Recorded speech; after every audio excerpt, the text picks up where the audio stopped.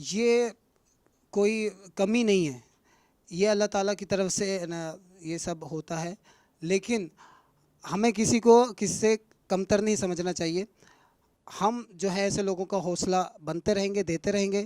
ہاں، آپ سے اتنا کہیں گے کہ اگر حوصلہ نہیں دے سکتے تو حوصلہ شکنی بھی مت کیجیے گا.